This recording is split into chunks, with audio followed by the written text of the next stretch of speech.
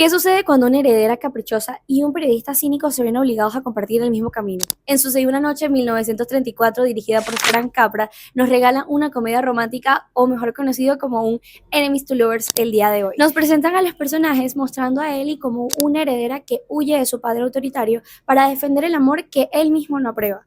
Luego nos muestran a Parker, un periodista común y corriente que busca una exclusiva para su carrera.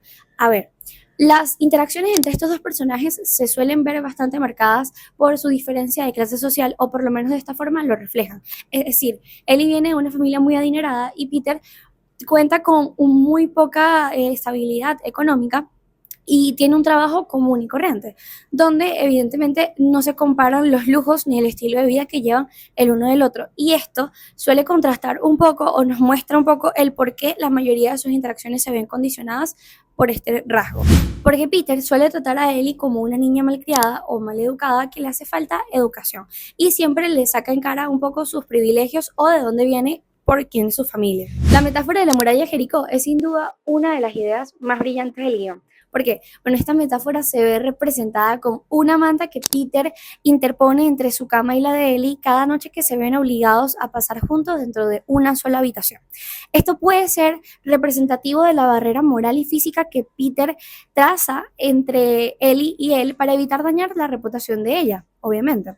A lo largo de la película vemos cómo esto va evolucionando y esa manta empieza a representar un poco toda la tensión acumulada no resuelta entre ambos personajes, puesto que a lo largo del viaje van desarrollando cada vez más sentimientos el uno por el otro. Al final de la película podemos ver cómo esta metáfora se ve reflejada, puesto que la muralla es derrumbada, símbolo de la rendición total de ambos personajes al amor.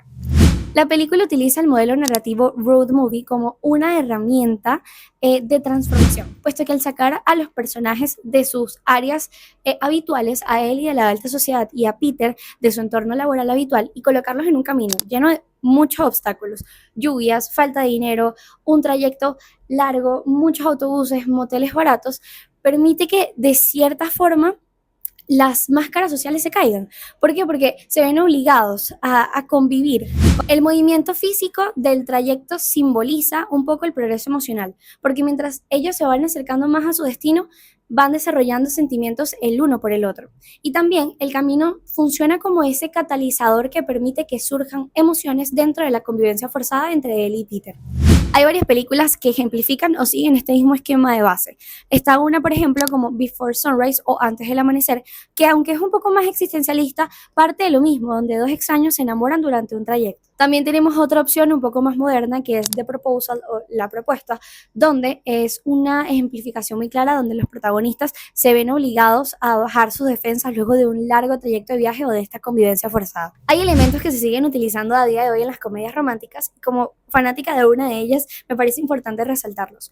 Por ejemplo, tenemos el clásico Enemies to Lovers, creo que a todas las personas nos llama la atención, o por lo menos nos puede llegar a gustar este tópico, y es que los protagonistas inician con una actitud bastante a la defensiva.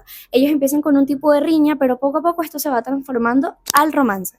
También tenemos la diferencia de clases, ese contraste entre el rico y el pobre, donde nos muestran la diferencia de las clases sociales y cómo conviven unas con otras. Luego tenemos el diálogo rápido y recurrente, que es aquel que permite esas respuestas ingeniosas, lo que le da el toque de comedia a estas películas románticas. Luego tenemos el gran gesto del final, que es como aquella carrera contra el tiempo, contra aquel malentendido que se resuelve justo antes de que sea demasiado tarde y logra otorgarnos esos finales felices o esa resolución a lo largo de la trama. Hay aspectos que también han envejecido para mal, porque hoy en día no se podrían utilizar como se utilizaron en aquellas películas o en aquel entonces. Porque, por ejemplo, tenemos la dinámica de poder, aquella parte muy fuerte o siempre esos malos comentarios, esa presión que ejercía siempre Peter sobre Ellie, sacándole en cara su clase social, de dónde venía, su familia, siempre dando a entender que le faltaba mayor educación o que debía ser educada de una mejor manera por un hombre mucho más sabio. Luego tenemos la violencia física, porque a pesar de haber sido una dramatización y no haber sido con una connotación real, Peter y Ellie, cuando están fingiendo estar discutiendo para que su padre no los encuentre, de cierta forma, hoy en día ese tipo de actitudes o ese tipo de acciones en cámara pueden malinterpretarse y no serán tan bien recibidas por el público. Sucedió una noche en 1974 fue una película increíble y es una comedia romántica clásica. Así que si te gusta este tipo de comedias románticas, este tipo de videos y te gustó todo lo que te comenté a lo largo del análisis y quedaste con ganas de conocer un poco más de la historia de Ellie y Peter, te recomiendo que la veas.